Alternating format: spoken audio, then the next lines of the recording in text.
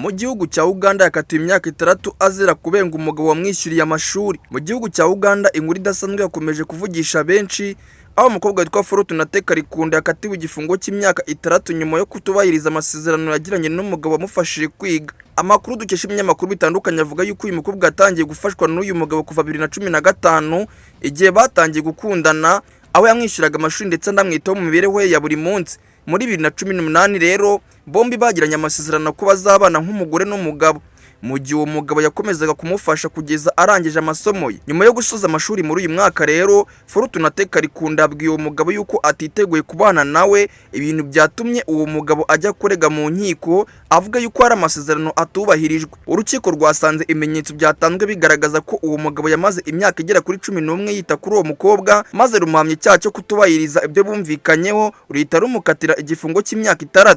Iyi nkuru kandi akomeje guteza impaka nyinshi, aho bamwe barimo baribaza niba kuko amasezerano y'urukundo ashobora guhinduka urubanza rukomeye rugera ku gifungo, mu gihe abandi bavuga ko umuntu agomba kubahiriza ibyo yemeye, cyane cyane iyo hari ibintu byinshi byatanzwe.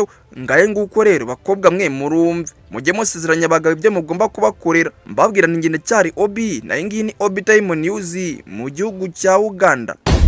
Obi Time News.